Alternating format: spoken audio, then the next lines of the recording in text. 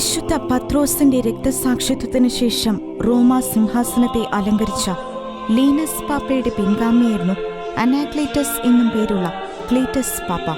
12 സംവത്സരത്തോളം തിരുസഭയുടെ അരിഷ്ടതാപൂർണമായ ശൈശവപ്രായത്തിൽ ക്ലീറ്റസ് പാപ്പ സഭയെ ഭരിച്ചു. 25ഓളം പുരോഹിതന്മാരെ റോമിൽ നിയമിച്ച അദ്ദേഹം വിശുദ്ധ പത്രോസിന്റെ കല്ലറയുടെ അടുത്ത് ഒരു ദേവാലയം പണികഴിപ്പിക്കുകയും ചെയ്തു. ഡൊമീഷ്യൻ ചക്രവർത്തിയുടെ ഭരണകാലത്ത് ക്ലീറ്റസ് പാപ്പ രക്തസാക്ഷിത്വം വരിച്ചതായാണ് ചരിത്രം പറയുന്നത്.